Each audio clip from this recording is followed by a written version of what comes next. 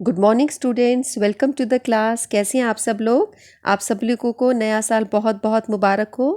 उम्मीद करती हूँ कि आपकी विंटर वेकेशंस बहुत अच्छी गई होंगी। घर पर सब खुशी से, कुशलता से ठीक ठाक होंगे। अब बच्चों, आपको पता ही है क्लास 10th और क्लास 12th के लिए स्कूल्स ओपन हो गए हैं, लेकिन 9th के बच्चों को अभी स्कूल नहीं आना है। 6th से 9th तक के बच्चे अभी स्कूल नहीं जा रहे हैं। It is open for 10th and 12th only. ठीक है, आप लोग स्कूल मत जाइएगा। आप लोगों की वर्कशीट्स आती रहेंगी और इसके वीडियोस हम बना के डालते रहेंगे। एक चीज़ के लिए मैं आपको बताना चाहूँगी कि बच्चों, आज का वीडियो आप देख रहे हो कि थोड़ा लेट अपलोड हो रहा है, बिकॉज इनके लिंक्स लेट आएंगे, तो मंडे की वर्कशीट थोड़ी आपको लेट मिलेगी। बाकी हम सारे टाइमली प्रोवाइड करते रहेंगे। पहला क्वेश्चन है आपका कि आप ये देखिए कि ये ट्राइंगल्स पे बेस्ड वर्कशीट है। 28, 29, 30, 31 जो हमने वर्कशीट्स की थी उसी पे बेस्ड रिवीजन प्रैक्टिस क्वेश्चंस है ये। पहला है sides opposite to equal angles of a triangle. अगर एक ट्राइंगल के अंदर दो एंगल्स इक्वल हैं, sides opposite to equal angles, दो एंगल्स इक्वल हैं तो उनकी साइड्स के बीच में क्या रिलेशन होता है? They are also equal. ठीक है, अगर हम ये बोलेंगे कि ट्राइंगल है, इसमें ये दो एंगल्स इक्वल हैं, अगर ये दो एंगल्स इक्वल हैं तो इसके अपोजिट हुई ये वाली साइड और इसके अपोजिट हुई ये वाली साइड, ये दोनों भी इक्वल होंगी। ठीक है, in an equilateral triangle all the angles are 60 degree.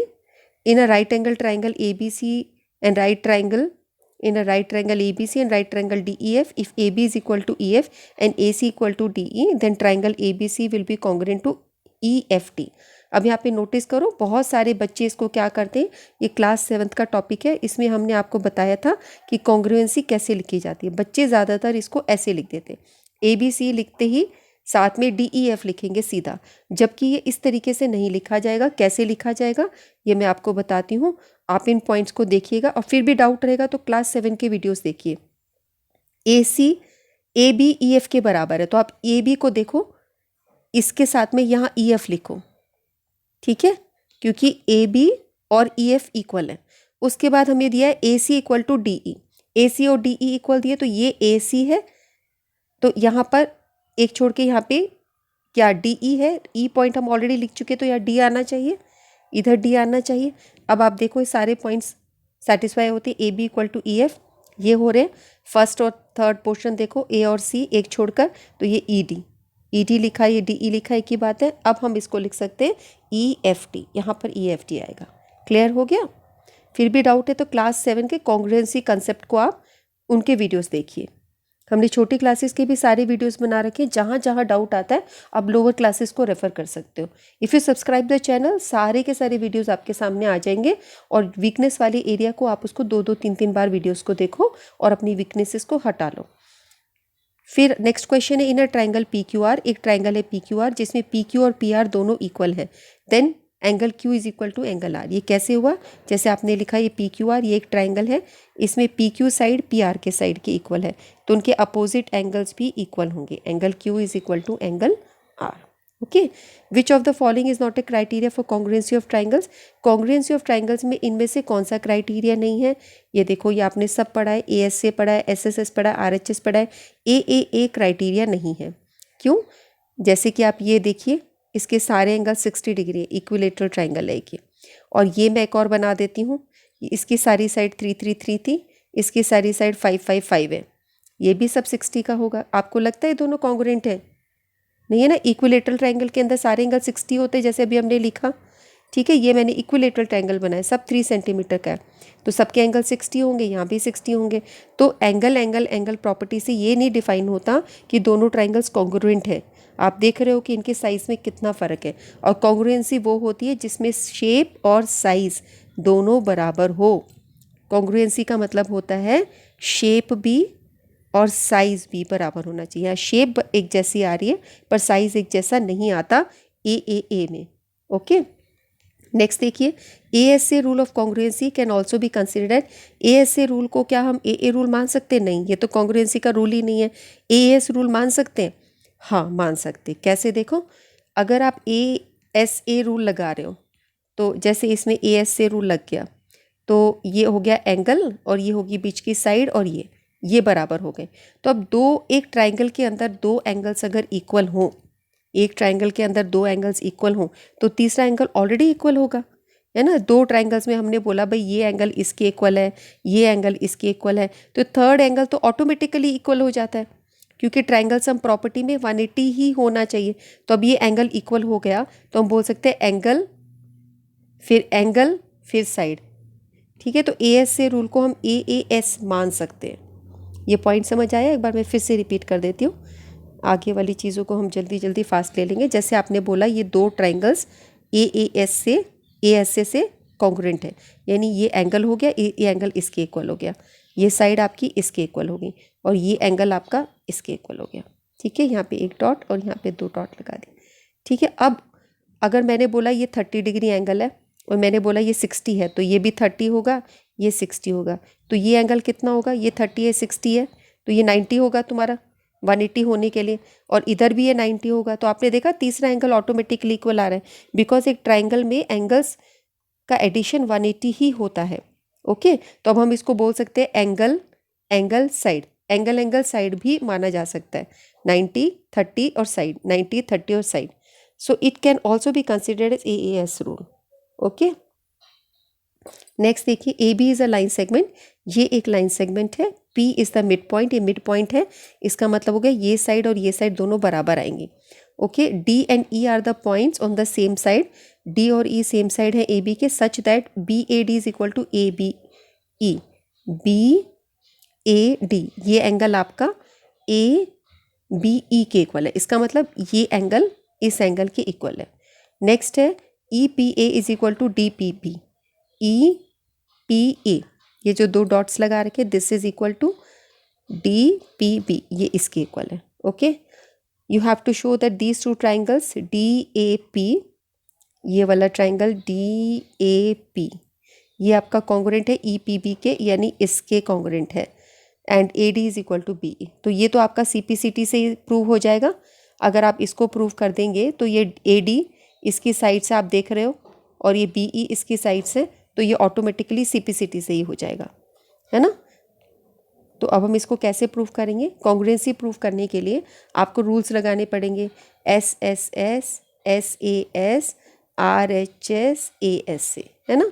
इसमें से आप देख रहे हो कि एक एंगल ये इक्वल है, ये एंगल ये इक्वल है, और ये हमने बोला ही था मिड पॉइंट, तो साइड एंगल रूल लग रहा है, इसमें AS से रूल लग रहा है, एंगल साइड एंगल, और इसी से कॉन्ग्रुएंट हो जाएंगे, और ये आपका CPCT से इक्वल हो जाएगा, प्रूव हो जाएगा। देखिए आप यहाँ पर आपको ये सेम क्वेश्चन गिवन है, यहाँ पर आप देख रहे हो कि ये एंगल EPA DPB के बराबर है, ये एंगल आपका इसके बराबर है।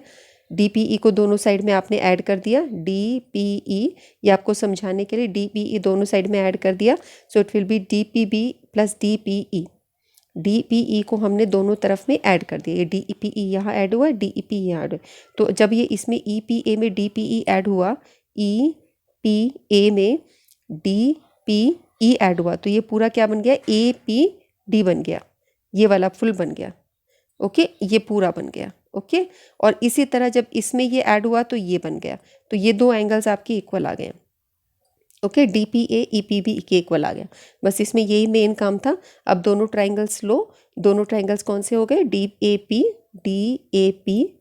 ट्राइंगल, ये देखिए बच्चों, ये है DAP ट्राइंगल और EPB ट्राइंगल। इन दोनों ट्राइंगल्स के अंदर एक चीज़ आपने ये प्रूव कर दी है, ये ऑलरेडी प्रूव्ड है, ठीक है, और ये वाला एंगल आपको गिवन है कि ये एंगल दोनों इक्वल्स हैं। उसके बाद AP इक्वल टू BP आपको पता ही है मिड पॉइंट है, so this proves that these two triangles are congruent by ASA rule, angle side angle rule. तो आपने क्या करा है, ये जो बीच का मिसिंग पोर्शन था ये हमने कॉमन दोनों में ऐड कर दिया, तो ये फुल इसका एंगल बन गया। ओके, समझ गए? तो इसके अंदर ये चीज़ एक सोचने वाली चीज़ थी, बाकी सब आप देख रहे हो, और ये DA equal to EP CPCT से हो गया। Moving to next question, in a right triangle ABC triangle के अंदर एंगल C पे ये राइट है, यानी यहाँ पे राइट एंगल है, M is the mid point, ये मिड पॉइंट है of hypotenuse AB, C is joint to M, इसको यहाँ पर ज्वाइन किया, and produce to D such that DM equal to CM, इसको इससे ज्वाइन करके इतना आगे बढ़ाया कि ये दोनों बराबर इक्वल गई, यानी जितनी लेंथ ये थी उतनी ही लेंथ ये करी, ठीक है, ये दोनों लेंथ बराबर है, ये इस तरह से प्रोड्यूस किया है। Point D is join two point B, फिर इस D को B से ज्वाइन कर दिया, ओके, आपका ये पहले एक ट्राइंगल था सी पे, राइट एंगल एट सी, उसके बाद ये एम पॉइंट आपका मिड पॉइंट हो गया हाइपोटेन्यूज का। ठीक है, तो ये जो ए बी आपका हाइपोटेन्यूज है, इसका ये मिड पॉइंट है। ठीक है, इसका मतलब ये अगर 4 है तो यहाँ पर भी 4 है।